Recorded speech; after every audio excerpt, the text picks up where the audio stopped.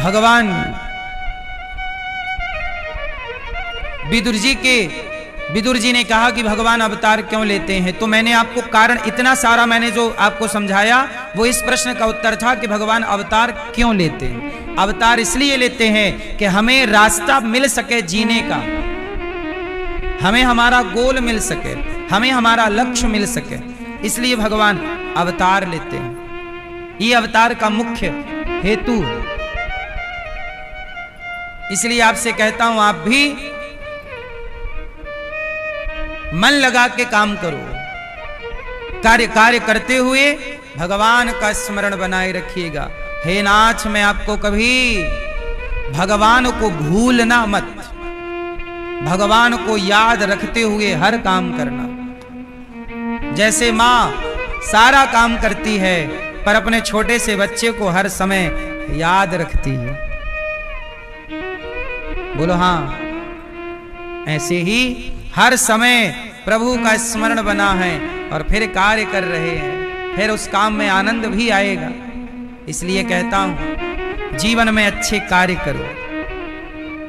गौरी गोपाल आश्रम में जितनी सेवाएं चल रही हैं, आप भी अपने आप को इन सेवाओं से जोड़िए। और आज मैं आपको जुड़ने का एक सरल सा उपाय बताता हूं। कई बार आप गौरी गोपाल में संपर्क साधते हैं, फोन लगाते हैं, पर कई बार आपकी बात हो पाती है, नहीं हो पाती।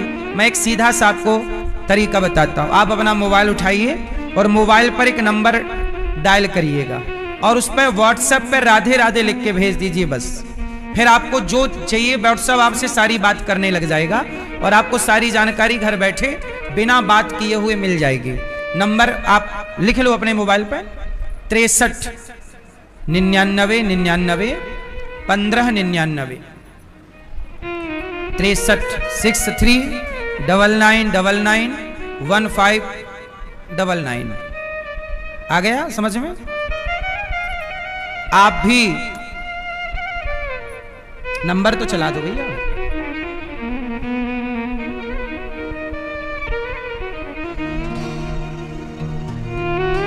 तिरसठ 99 वाला नंबर तो है, चला दो।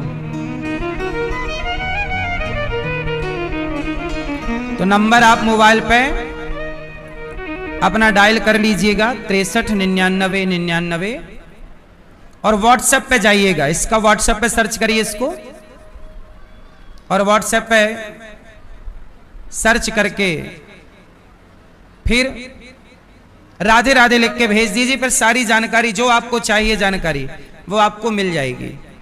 तो 1599 1699 में व्हाट्सएप कर दीजिएगा। सिर्फ व्हाट्सएप पे आपको राधे राधे लिख के भेजना है, अपने आप आपको मैसेज मिल जाएगा और आप लोगों को जो जानकारी चाहिए, गौरी गोपाल आश्रम से जुड़ी हुई कोई भी जानकारी आपको मिल जाएगी।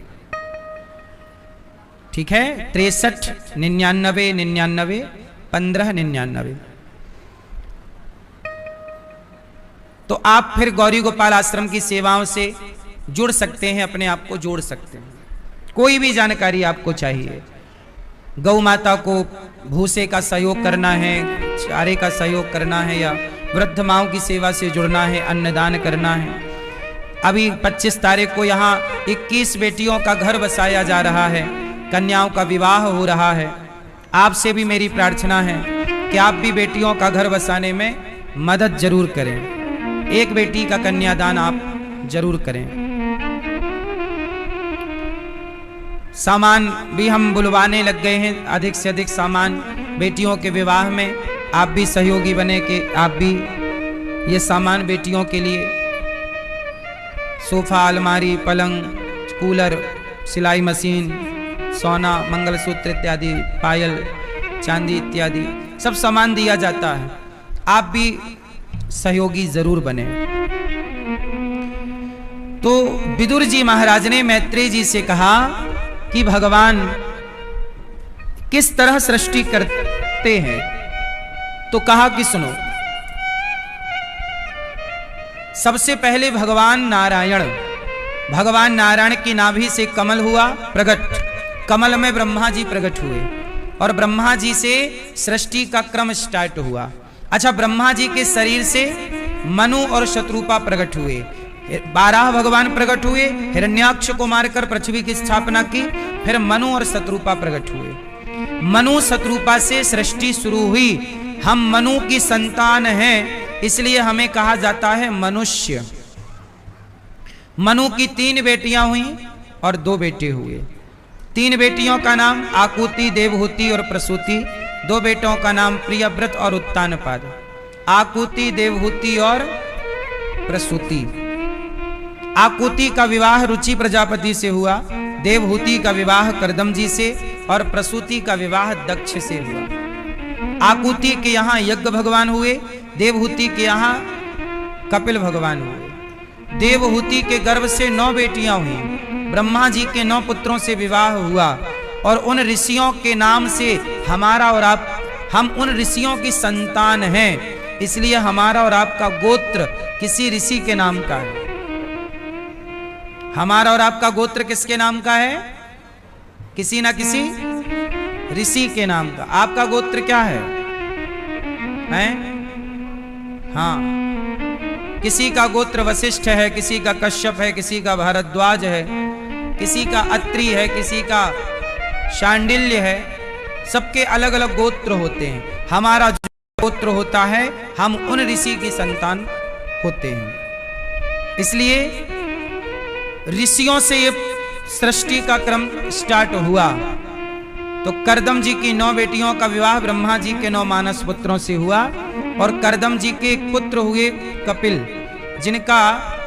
जिन्होंने अपनी माता को उपदेश किया। कपिल भगवान ने कहा, माँ ने कहा, निर्विण्णा नितराम भूमन सदिन्द्रिय तर्षणात् येन संभाव्यमानेन प्रपन्नान्धं तमः प्रभो तं त्वागताहं शरणं शरण्यं स्वभृत्य संसारितरो कुठारं जिज्ञासयाहं प्रकृतेः पुरुषस्य नमामि सद्धर्मविदां वरिष्ठम। माता देवहूति ने अपने पुत्र कपिल देव जी से कहा कि प्रभु, मैं आपकी शरण में हूं, मुझे थोड़ा मार्ग दिखाइए। कौन सा मार्ग चाहिए माता? तब माता ने कहा कि प्रभु, मेरा मन बड़ा अशांत है, मैं क्या करूं कि मन को शांति मिले। आप लोगों में से कितने लोगों का मन अशांत रहता है? जिसका है वो हाथ उठा के हमें बताएं। किस किस व्यक्ति, किन किन लोगों का मन अशांत है? हाथ उठाओ जिनका मन अशांत है। मैया, सही मन अशांत है? मैया, आपका मन अशांत है कि नहीं? मैया, मैया झपकी ले रही हैं। मैया, मन आपका शांत है कि अशांत?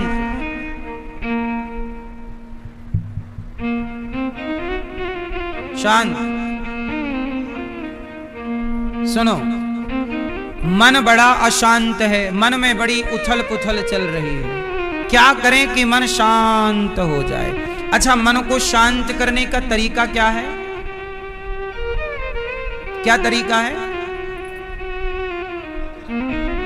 क्या करें?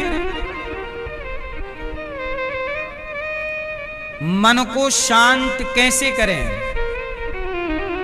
मन तब तक शांत नहीं होगा जब तक जीवन में संतोष नहीं होगा। मन शांत करना है तो एक काम कर लीजिए, ईश्वर ने जितना दिया है उसमें संतुष्ट हो जाइए।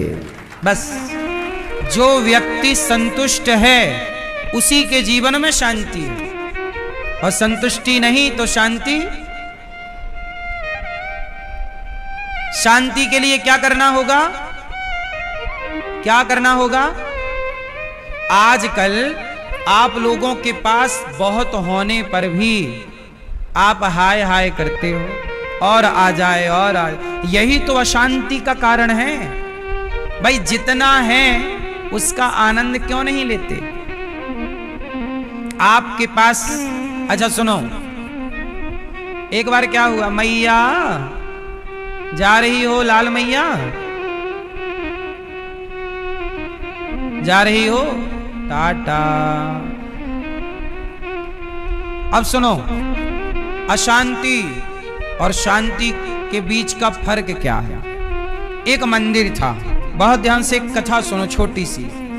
एक मंदिर था, उस मंदिर में एक भिखारी बैठा बाहर, सबसे मांग रहा, भैया पैसे दो पैसे।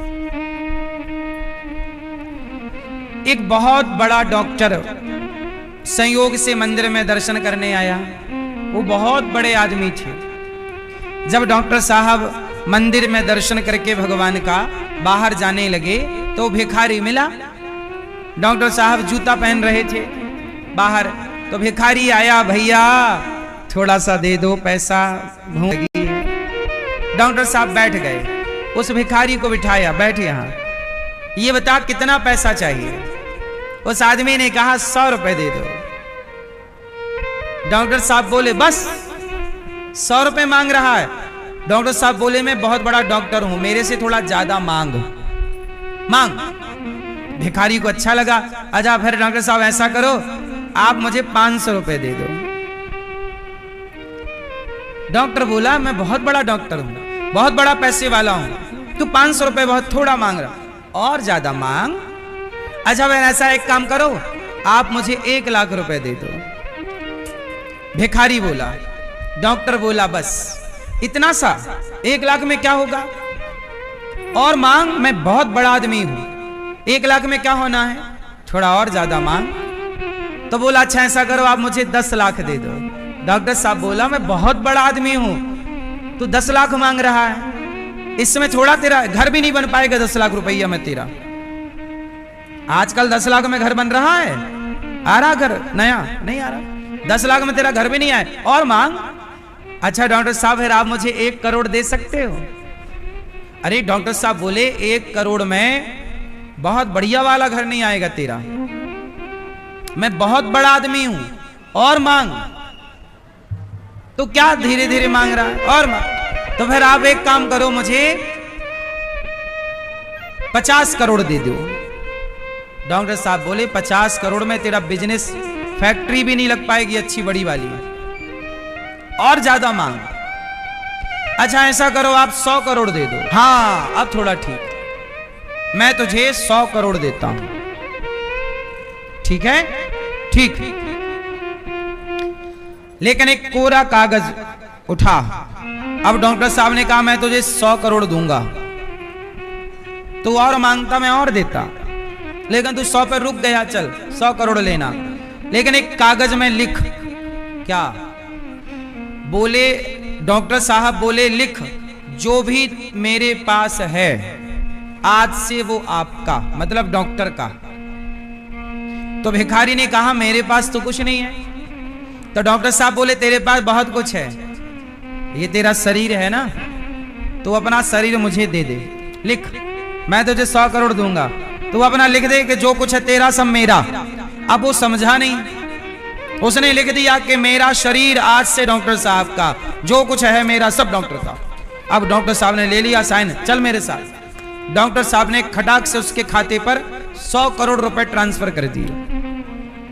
अब वो भिखारी बड़ा खुश, 100 करोड़ आ गए, भिखारी को 100 करोड़ मिल जाए। अब तो उसने घर वर खरीदना शुरू किया, व्यापार बिजनेस शुरू किया। तब तक डॉक्टर साहब बोले सुनो तुम्हें 100 करोड़ मिल गए? बोले हाँ हाँ मिल गए। अब डॉक्टर साहब बोले एक काम करो, हमारा एक पेशेंट है उसे किडनी की जरूरत है, आप जरा ऐसा करो कि लेट जाओ, हम आपकी किडनी निकालेंगे एक, फिर बाद में कोई दूसरा पेशेंट आएगा उसका दूसरी वाली उसको देंगे, लेटो यहाँ। क्या कर रहे हैं डॉक्टर साहब? अरे किडनी तुम्हारी उसे देना है, किडनी किडनी। और सुनो कोई ग्राहक आएगा, कस्टमर कहेगा हमारी आंखें खराब हैं, तो आप अपनी आंख भी हमें देना, हम आपकी आंख निकाल के आपसे उसको लगाएंगे। अरे डॉक्टर साहब हम मर जाएंगे ऐसे, हम मर जाएंगे, किडनी आप निकाल लोगे। डॉक्टर साहब बोले सुनो हमने 100 करोड़ दिया है तुम्हें, और तुमने भी लिख के दिया है कि आज से तुम्हारा पूरा शरीर जो कुछ है वो हमारा। तो अब किडनी हमारी है और तुम्हारी आंख भी हमारी और तुम्हारा घुटना भी हम ले लेंगे बाद में, पांव भी ले लेंगे तुम्हारा। डॉक्टर साहब हम चलेंगे कैसे? और किडनी ले लोगे हम मर नहीं जाएंगे, आंख ले लोगे हम अंधे हो जाएंगे। डॉक्टर साहब हम तो भिखारी अच्छे थे, आप तो हमें भिखारी भी नहीं रहने दोगे, क्या करेंगे हम 100 करोड़ का? डॉक्टर साहब बोले पागल, अच्छा ये बता 100 करोड़ लेके 100 करोड़ ज्यादा बढ़िया है कि तेरा शरीर ज्यादा बढ़िया है? बोला महाराज मेरा शरीर ज्यादा अच्छा है। तो भगवान डॉक्टर साहब बोले तू मंदिर में बैठकर क्या कह रहा था? मैं गरीब हूं, मेरे पास कुछ नहीं है। तेरे पास करोड़ों का शरीर भगवान ने फ्री में दे रखा था और तू कह रहा मेरे पास कुछ नहीं है, कुछ नहीं है, कुछ नहीं है। तेरे पास सब कुछ है, करोड़ों का शरीर है तेरा। क्या करोगे 100 करोड़ का जब आंख ही नहीं होगी? क्या करोगे 100 करोड़ का जब पांव ही नहीं होगा? क्या करोगे 100 करोड़ का जब शरीर ही नहीं होगा? इसलिए पैसा बड़ा नहीं होता साहब, स्वस्थ शरीर सबसे बड़ा है। इसलिए कहता हूं शांति पाना चाहते हो तो संतुष्ट हो जाओ। शांति पाना है तो जितना विधाता ने दिया तुम अपने पांव से चल रहे हो, अपनी आंखों से देख रहे हो, ये भी तो तुम्हारी अमीरी है। वरना लंगड़े कोई होता, लंगड़े को देखो चल भी नहीं पाता। कुछ लोग हाथ में चप्पल पहन के घिसटते हैं। इसलिए जो विधाता ने दिया है उसमें प्रसन्न रहो और प्रसन्न रहकर ईश्वर का धन्यवाद दो। और जो विधाता दे, मेहनत करो। क्या करो? मेहनत करो, काम करो, सफलता मिलेगी। अब डॉक्टर वो भिखारी बोला डॉक्टर साहब आप अपने 100 करोड़ ले लो, हमारी किडनी मत निकालो, हमारी आंख मत निकालो, वरना हम अंधे होके लंगड़े होके करोड़ों का 100। अब बताओ वो लंगड़ा होके 100 करोड़ का क्या करेगा? बताओ। आपको 100 करोड़ दिए जाएं और आपका शरीर आपसे छीन लिया जाए तो 100 करोड़ भोगने के लिए शरीर तो चाहिए।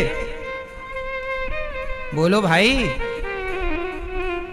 तो इसलिए कहा अनमोल तेरा जीवन,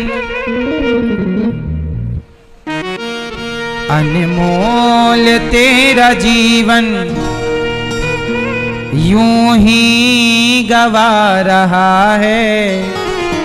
किस ओर तेरी मंजिल, किस ओर जा रहा है। अनमोल तेरा जीवन यूं ही गवा रहा है। किस ओर तेरी मंजिल, किस ओर जा रहा है। सपनों की नींद में ही कहीं रात ढल न जाए, पल भर का क्या भरोसा कहीं जान निकल न जाए। गिनती की है ये सांसें,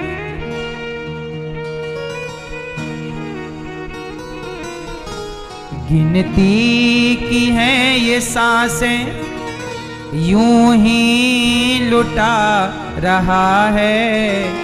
किस ओर तेरी मंजिल, किस ओर जा रहा है।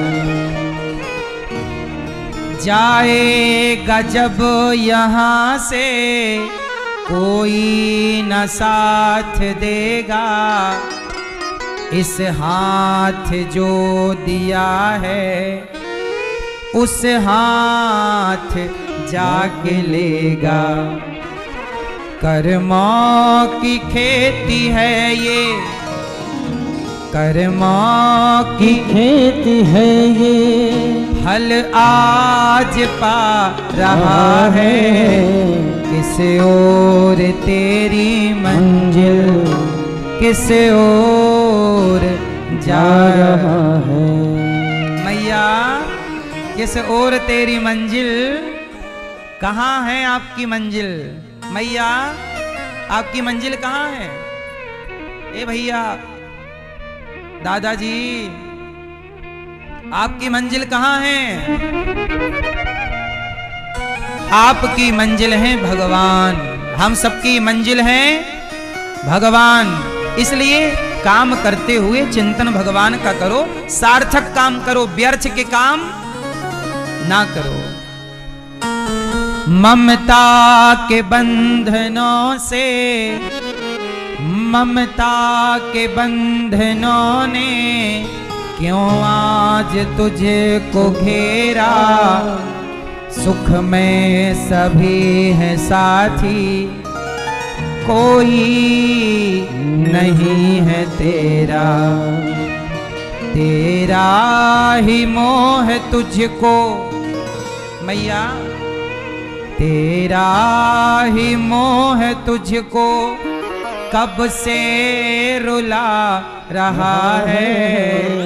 आपका मोह, संसार का मोह पाल लिया है? बहुत जगत से उलझ गए, अब यह मोह में पड़े हो, रो रहे। बेटा बेटी परिवार उलझे, सारा संसार उलझा है।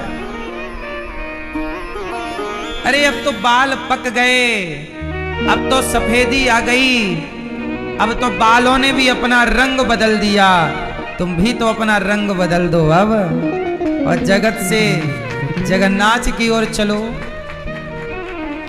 तेरा ही मोह तुझको कब से रुला रहा है। किस ओर तेरी मंजिल, किस ओर जा रहा है। जब तक है भेद मन में भगवान से जुदा है। खोलो जो दिल का दर्पण, इस घर में ही प्रभु हैं। सुख रूप हो के भी तू दुख आज पा रहा है। किस ओर तेरी मंजिल, किस ओर जा रहा है। किस ओर तेरी मंजिल, किस ओर, कहाँ जा रहे हो। कहाँ भटक रहे हो भाई, ऐसे ना भटका करो। जीवन सार्थक कर लो। कपिल भगवान ने दिव्य कहा, मन को कंट्रोल करना है, संतोष रखो, भगवान में मन लगाओ, धीरे धीरे अभ्यास से सब सही होगा। ठीक है, सुखी होना है तो शांत, जितना है संतुष्ट रहिए। अच्छा, जरा मुझे एक बात आप लोग बताओ, यदि आप संतुष्ट हो जाएं जितना है, तो आप दुखी रह पाएंगे? बोलो, ये बात सही है कि गलत है कि संतोष होने से व्यक्ति सुखी होता है और संतोष ना होने से व्यक्ति, ये बात सही है कि गलत है? आपने अनुभव किया इसका? तो फिर करो ना, वही तो हम समझा रहे हैं। कपिल भगवान के दिव्य ज्ञान से मां सिद्धा नाम की नदी बनकर बह गई। कपिल देव जी ने स्नान आचमन किया, गंगा सागर चले गए। मनु जी महाराज की तीसरी बेटी है प्रसूति। आकुति, देवहूति और प्रसूति का विवाह दक्ष से हुआ। किससे हुआ? मैया, ओ पंचायती मैया, मैया हो गई पंचायत मेरी माँ, सुन लो। मनु जी महाराज की तीसरी बेटी का नाम है प्रसूति। प्रसूति का विवाह दक्ष से हुआ। दक्ष की छोटी पुत्री का नाम है सती और सती का विवाह भगवान शंकर से हुआ। शंकर जी सती के पति हैं। एक दिन शंकर जी अपनी पत्नी को लेके कथा सुनने गए। चलो, जैसे आप पति के साथ मूवी देखने जाती हो, शंकर जी बोले चलो कथा सुने आए हैं। शंकर जी कहां गए? कथा सुनने। शंकर जी कथा सुनते हैं। अब शंकर जी सती को लेकर कथा में गए, पर माता सती कथा में मन लगाए ही नहीं। यहां वहां माता जी का ध्यान रहा। जब कथा में मन नहीं लगा तो माता सती को हो गया संदेह। क्या हो गया? शंकर जी ने सुनी कथा और माता जी को हुआ संदेह। शंकर जी की पत्नी, अच्छा, राम जी त्रेता में सीता जी को खोज कर रहे हैं। राम जी की पत्नी को कौन चुरा ले गया? कौन चुरा गया? रावण। भगवान की पत्नी चोरी हो गई। ये आप लोगों को थोड़ा अटपटा नहीं लग रहा है? जगत के पालनहार की पत्नी चोरी हो गई। अच्छा, क्यों चोरी हो गई? सच बताओ, राम जी की इच्छा के बिना पत्ता हिलता है क्या? तो पत्नी चोरी हुई तो किसकी इच्छा से? हैं? मतलब आप ये कहना चाहते हो कि राम जी ने अपनी पत्नी को किडनैप करवा दिया?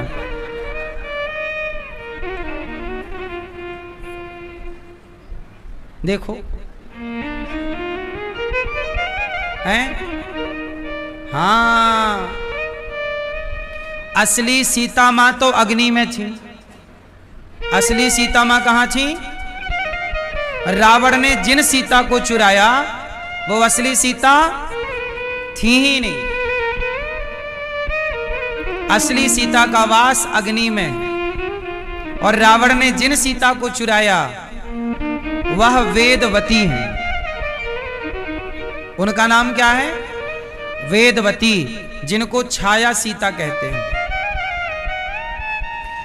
परंतु फिर भी यहां वो सवाल खड़ा है कि राम की इच्छा के बिना पत्ता नहीं हिलता, तो छाया सीता भी चोरी हुई तो हुई तो भगवान की इच्छा से। उनकी मर्जी के बिना क्या रावण आ सकता था? उनकी मर्जी के बिना क्या रावण योजना बना सकता था? चलो, छाया सीता को ले गया, पर ले तो गया, किसकी मर्जी से ले गया? राम की। तो राम क्यों चाहेंगे कि मेरी पत्नी चोरी हो जाए? सच बताएं, ये सारा खेल भगवान का है। देखो, आप लोग यदि भक्त हैं तो मैं एक गहरी बात आपको बता सकता हूं, बिल्कुल गूढ़ बात। इस बात के अधिकारी सब लोग नहीं हैं, फिर भी मैं आपको अधिकारी मानकर बता रहा हूं। कहो तो बताऊं, वरना ये बातें बताने की कम है। जो अधिकारी भक्त होता है उसे ये बात कह दी जाती है, पर मुझे लगता है मैं आपको भी कह ही दूं। ऐसा है कि भगवान की मर्जी के बिना कुछ भी नहीं होता। आज मैं आपको कुछ कह रहा हूं, ये भी भगवान की मर्जी है। और आज आप यहां आकर सुन रहे हैं, आप अपनी मर्जी से नहीं आए, आपके भीतर बैठकर वृंदावन आने को प्रेरित भगवान ने ही किया है। तब आप वृंदावन आए। आप ये समझिएगा कि जब आपको भगवान कुछ अच्छा देना चाहते हैं तो आपकी बुद्धि को भगवान अच्छी कर देते हैं, और आप अच्छे अच्छे निर्णय लेके अच्छा काम करते हो, पैसे कमाते हो, सुख पाते हो, धन दौलत कमाते हो, पद प्रतिष्ठा पाते हो। लेकिन जब आप गलत काम करने, आपके विचार गलत हो जाते हैं, तब भगवान फिर दंड देना चाहते हैं आपको। ईश्वर दंड जब देते हैं तो क्या करते हैं? थोड़ी बुद्धि घुमा देते हैं, और बुद्धि भ्रष्ट। अब जैसे दुर्योधन को दंड देना था, तो बुद्धि घुमा दी। भगवान कृष्ण शांति दूत बनकर गए कि पांडवों को 5 गांव दे दो। दुर्योधन नहीं माना, मान कर दे देता, कृष्ण की बात मानकर तो महाभारत ना होता, पर वो नहीं माना तो भगवान ने ही बुद्धि घुमा दी कि ये ना माने, क्योंकि ना मानने से इसका नाश होगा, इसके कर्मों का भी तो फल देना है ना इसको। भरी सभा में इसने कपड़े उतरवाए हैं, द्रौपदी का अपमान किया है, पाप बहुत कर चुका है, भीम को मारना चाहा, पांडवों को जिंदा जलाना चाहे, पाप भर गए हैं इसके, तो अब दंड तो मिलना है। तो दंड कैसे मिले? यदि ये मेरी बात मान लेगा कि 5 गांव दे देगा, तब तो इसे दंड नहीं मिलेगा। तो भगवान ही बुद्धि ऐसी घुमाते हैं कि उसने मानी नहीं। अच्छा, ये बात गांधारी जी समझ गई। गांधारी भी तो भक्त हैं, वो समझ गई कि प्रभु आप खुद नहीं चाहते थे कि मेरा बेटा माने, जाओ मैं आपको शाप देती हूं। इसलिए गांधारी जी ने शाप दे दिया कि जाओ, जैसे हमारा परिवार आपस में लड़के मरा, आपका भी वंश आपस में लड़के मरेगा। समझ गई गांधारी, पर भगवान ने स्वीकार किया गांधारी के, ठीक है आपकी मर्जी, लेकिन आपके बेटे को हम माफ नहीं कर सकते ना, तुम्हारा बेटा जरूरत से ज्यादा पाप कर चुका है। तुम कितना भी पक्ष लो मां गांधारी, तुम हमें भले शाप दे दो, पर अति कर चुका है तो अंत तो होगा। इसलिए दुर्योधन का अंत हुआ। इसलिए कहता हूं कि जो खेल चल रहा है चुपचाप आप देखो और आप सही करो, भगवान की शरण में रहो, अच्छे कार्य करते रहो और रोज भगवान से कहो, प्रभु हमारी बुद्धि की आप रक्षा कीजिएगा, हमारी बुद्धि भ्रष्ट ना हो जाए, हमारी बुद्धि भ्रष्ट ना हो जाए। क्योंकि भगवान दंड देंगे तो तनिक सी बुद्धि घुमाएंगे बस, फिर आप अपने आप सारे गलत काम कर बैठोगे और आपको उसका दंड मिल जाएगा। रावण इतना बड़ा राजा, इतना बड़ा पंडित, वो बुद्धि जरा सी घुमा दी प्रभु ने, सीता मां को चुरा के ले गया। राम जी खुद चाहते थे कि सीता चोरी हो जाए, रावण की बुद्धि घुमाई, आजा ले जा। अच्छा, राम जी क्यों चाहेंगे? सीता मां को भी दंड देना था। सीता मां ने भी एक गलती कर दी। सीता मां से 2 गलतियां हुई। पहली गलती, सीता मां ने कहा राम जी सोने का मृग चाहिए। क्या चाहिए? राम जी बोले मैं हूं। सीता जी बोली नहीं, सोने का। राम जी समझ गए कि अब सीता को राम की जरूरत नहीं है, सीता को अब सोने की जरूरत है, क्योंकि सोना देखी नहीं ना माता जी बड़े दिनों से जंगल में है, और हमारी मैया सोना ना देखें तो व्याकुल सी हो जाती है। तो सीता मैया सोने का मृग देखकर लगा कि सोने का, राम को नहीं सोने के मृग को चाहती हैं। तो राम ने कहा कि जब राम से मन हट ही गया है और सोने में मन लग ही गया है तो इतने सा सोना क्या होगा सीता जी, हम आपको सोने की लंका में भेज देते हैं, जी भर के देख लेना। इसलिए कहता हूं कि राम से मन हटाओ ना, यदि हटेगा तो राम वो दे देंगे कि जो आपको चाहिए।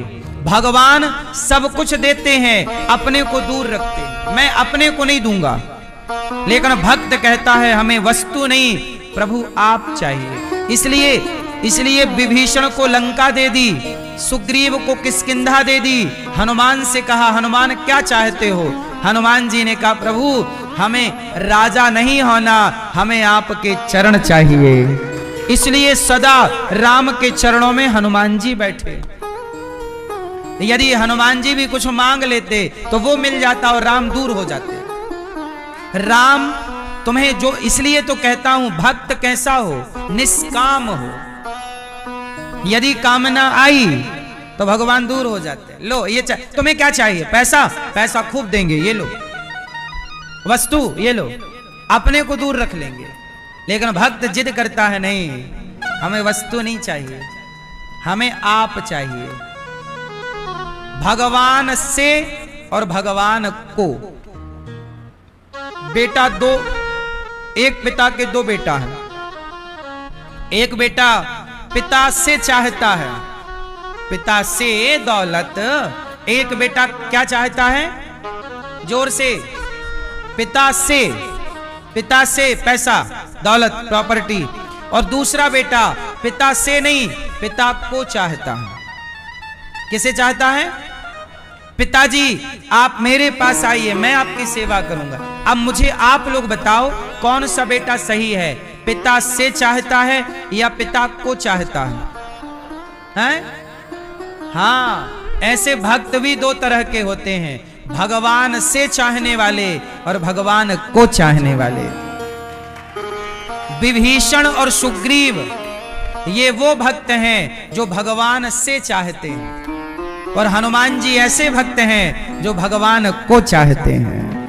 भगवान से चाहा तो भगवान ने राजा बना दिया, और भगवान को चाहा तो हनुमान जी सदा साथ हैं। तो बात समझ में आई? भगवान से और भगवान, आप कौन से वाले हो? से को कौन?